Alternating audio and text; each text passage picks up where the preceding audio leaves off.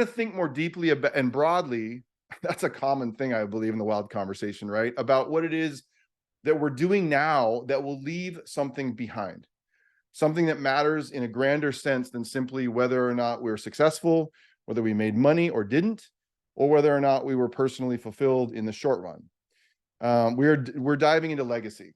I hope you know that today. We're diving into legacy and what it means to you and to me, and what it means for us as we seek to build great teams and do something important and something that will last. And legacy is a huge topic to approach, by the way. It really is, because it has so many working parts.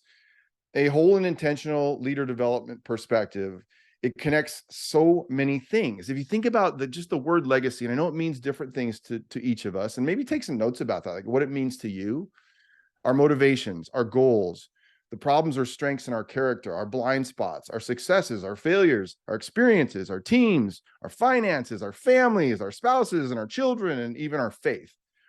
Like there are so many connected parts into what legacy is about. And a legacy, in its rawest and most approachable form, is this: it is something that is passed down. It is that which is passed down. A legacy is something that is passed on. It is what we pass on to those who will come after us. And it's often defined as what we will be remembered for. And I would suggest that that's just the on-ramp, because it is so much more than that. That's just a way for us to begin to intentionally think about what we will pass on. It is what we will pass to those who will come after us. And regardless of whether or not we are remembered or get credit, what will we pass on? And what will we need to take a pass on in order to hand off something that has lasting value to the individuals, teams, family members, and communities who will lead next? That's the intro. I'm Dr. Rob McKenna, and welcome to the WiLD Conversation, where we make the best thinking in psychology, leadership, and organizational science accessible to leaders who are willing to learn and edit for their sake and for the sake of others. So here we go. Here we go. You know, when you live long enough, you not only get to see things come back around, but you sometimes get to see them come back around again. Like bell bottoms. Some of you have already highlighted bell bottoms. Bell bottom jeans. I told my wife in the 90s that I could not wait for bell bottoms to come back. And not only did they come back, they came back with a vengeance and a very low waistband. It was awesome. I don't know if you say waistband or like, there was just the waist was low, right? It was awesome. But I get it that many of you didn't think so, including my wife at the time. I'm now waiting for round 3, which I've heard is kind of right in front of us, like of the bell-bottom jeans revolution. And I will sing praises with the rest of you who love it when it happens. And it's also funny to observe not just things like that, but to observe music, and especially cover songs. And my sons, like me, listen to a lot of country music. And this last summer, they were listening to a song called Fast Car by Luke Combs, and were commenting on how overplayed the song is. What they didn't know was that it's not his song. It's Tracy Chapman's song. And if they think it's overplayed now, they should have been alive when it came out in 1988. Like it is not his song. I tell you these stories to make 3 points. Okay, so bell bottoms and fast cars. I tell you these stories to make 3 points. One is this: that things that often matter when we're younger matter much less in later stages. Number 2 is legacy is what we will pass on, and it may have little to do with what we're remembered for. And number 3, our job is to invest for the long haul. And so to get started with point number 1, the things that matter change. So in 2000, it's weird to say that, the year 2000, led by 2 of my friends, the Boeing company launched the Waypoint Project. It was a 10-year longitudinal study to follow the careers of 120 randomly selected executives and managers from across the company. And I had the privilege of serving on that research team. And one of the principal goals of the project was to track emerging leadership issues and identify the factors that sustain leadership development throughout Boeing and the broader aerospace industry. It was just an awesome effort I got to be a part of. And in 2004, we set out to explore how leaders define success early in their careers, when they first became managers, and how they define success today.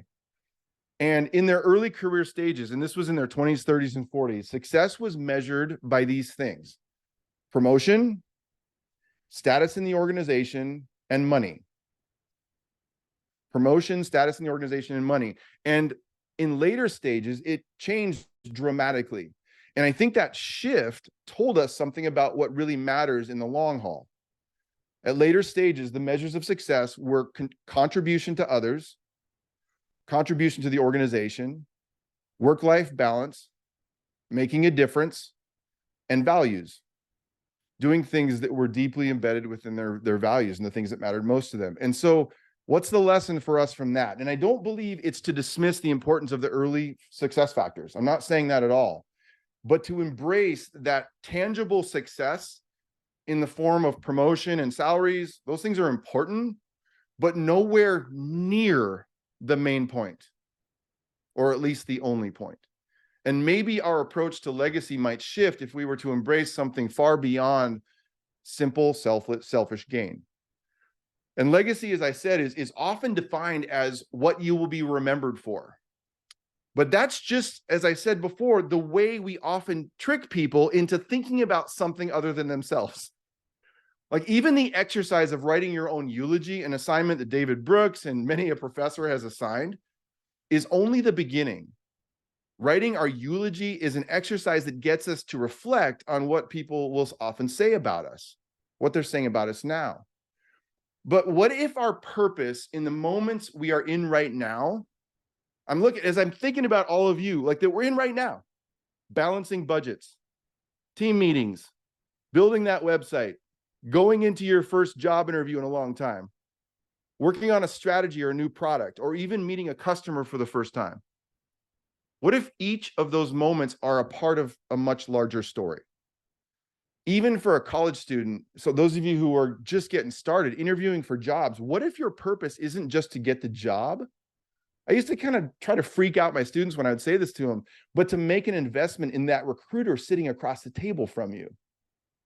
We already know they are, and maybe our job is to simply be diligent in those moments while also paying attention to something so much bigger. And if I told you that much of your impact on others may not be realized by them or by you for 5, 10, or even 20 years, what would you think of that? What would you think of that? Or if I suggested the possibility that the reason you are here may be to fulfill a purpose or to begin a loop that may be finished or completed long after you are gone, what would you say to that? What would you say to that? Some of you have heard of Robert the Bruce. Robert the Bruce was known as the King of Scots. And his story has some personal meaning for me because my name is Robert Bruce. And no relationship except, I have no relationship except having Scotch-Irish ancestors and the fact that my mom and dad liked his name and legacy. And otherwise, I'm not aware of any real connection to him. But as a kid, when other kids would share the meaning behind their names, I don't know if you remember that as a kid, you're always trying to figure out these and make meaning out of things. I never failed to share that I was named after Robert the Bruce, the King of Scots. And there's more pedestrian reason behind my name that I will spare you right now that has to do with it was a brand of tennis gear that my parents saw in a department store, but we're not going there today. And for those of you whose perspective on Robert Bruce was soiled by the movie Braveheart, let me tell you the rest of the story. Robert the Bruce was most known for leading a rebellion against King Edward III to reestablish Scotland as its own sovereign nation. And an ancestor of Robert the Bruce had eventually become the king over the shared nations of Scotland and England. And that happened, listen to this, 300 years after his death. 300 years. Longer than the US has been around. That is a long time and an impact that he never was able to see. What would you think if I told you that your greatest impact may not be fulfilled or felt for 300 years? And a few years ago, I was speaking at an engagement where I was asked to do a keynote on whole and intentional leader development and our mission of identifying, preparing, and supporting this generation of courageous and sacrificial leaders. And this leader came up to me and said, "After, you're in this for the long play." And this was before I'd ever heard someone describe it that way. I'd never heard our work and mission described that way before that moment, but it made sense to me. It was one of those moments you hear that you don't fully comprehend when it's said, but it's powerful enough to actually drive me to my knees when I let it sink in. You guys are in this for the long play. It wasn't the first time I experienced that feeling. In fact, at another event only a few weeks before that, I had the privilege of watching two leaders I had mentored share their own thoughts on leadership development with a group of 200 other leaders, and their talks, sounded like something like I might say, but a lot better. And it occurred to me that the real impact of anything I'm doing in the mission I'm on may be felt long after I'm around to see it. And if I'm honest, it is both devastating and overwhelmingly fulfilling at the same time, because there is a part of me that wants the privilege of seeing the fruits of my work and my labor while I'm still here, and another part that feels so free in my understanding that my impact matters, but it's not all about that. And I contrast that with this emphasis in so many parts of our culture. And I think about what my sons are growing up in, whether in athletics, business, music, churches, or even in education. So much of the emphasis is on quick success, on fast weight loss, on snappy chats, on instant messages, on personal impact and meaning, our calling, and worst of all, I might suggest a short-term self-centered focus on our legacy. And a focus on our legacy is still about us. And if it's about us and the possibility that we will see our impact, it is by its very nature a very short play. And at another conference a few years back, I see this all the time. I was asked to speak on a panel, and the title of the panel was Accelerating Leader Development. And then I kind of freaked everybody out when I said, is that what we're all about? Is just making people grow faster and faster? Like, is that the right conversation? And so I want to ask you this: how would your life and work look different if you thought about the long play? And by the long play, I don't mean planning for your retirement or simply only ensuring that our children have wealth and security. I'm not saying those things aren't important, but how would your life and work look different if you believe that your impact on people was going to outlive your time in your current organization, or even outlive your own last breath? How would you spend your time with the leaders you're responsible for developing? How would it change the conversations you're having with your team? What urgent emails would you put aside for a moment in order to better see the people around you? And if we thought about that long play and its relationship to our missions, how would we organize our work? And I would say maybe even more concrete than that, how would it impact the people you hire, you invite, and even how you deal with conflict in moments of pressure? How would it impact when you speak, who's given credit, and who's given grace? And I'm not suggesting that our shorter play actions, please don't hear that, and motivations for immediate resourcing, small wins, and even impact are irrelevant or wrong. Those things matter too. But that our experience may be more honest and impactful if we realized that the long play, that the long play is what it may be all about in the end. And I'll tell you, some of you have met team members from WiLD. This team, my team, is driven by a sense of urgency that is necessary to support the leaders who need what we do. But I'm also constantly reminded that it is so much of the impact of our work may be fulfilled long after our time on this earth. So what is your longer play? The longer play perspective is that we may or may not be the ones to fulfill the mission to which we're called. And that's an important message for leaders, because it shifts the focus to a mission that we will hopefully fulfill, but only in part. It means preparing successors and our children is not to focus on our legacy, but on their potential to lead long after we're gone. It means that the outcomes in the short term matter as measures of progress, but not as measures of whole impact. It's a shift from a focus on our own efforts and wins alone to the efforts of those who surround us and will lead after us. And I would suggest to you that whole and intentional leader development is the long game. It requires us to start with the assumption that we are developing people around us who may or may not see the promised land, but who will likely play a considerable role in getting us to it. that long play whole leader development changes the fundamentals and even our targeted outcomes. We begin to consider that our actions today may be in service of a future tomorrow that we may not see for ourselves, but will be experienced by generations after us. And I got to tell you, honestly, y'all, I do wish I want moments where I get to see that impact in real time. I'm not saying it's not important. I'm looking for the evidence. I want to see it, but it changes what we say to others and the perspective we hope they will adopt. Long play whole leader development is about embracing the purpose to which we are called and seeing our productivity and effectiveness in service of not only the people right in front of us on our teams and in our families, but in service of the generations that will follow. In its truest form, long play whole leader development is an incredible collision, a collision of selflessness, of fulfillment, of effectiveness, of legacy, and of world-changing impact.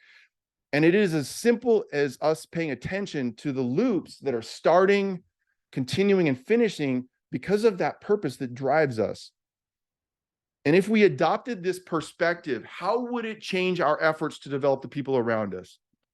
How would it change our perspective on that meeting this afternoon, you all? Like, it's happening today.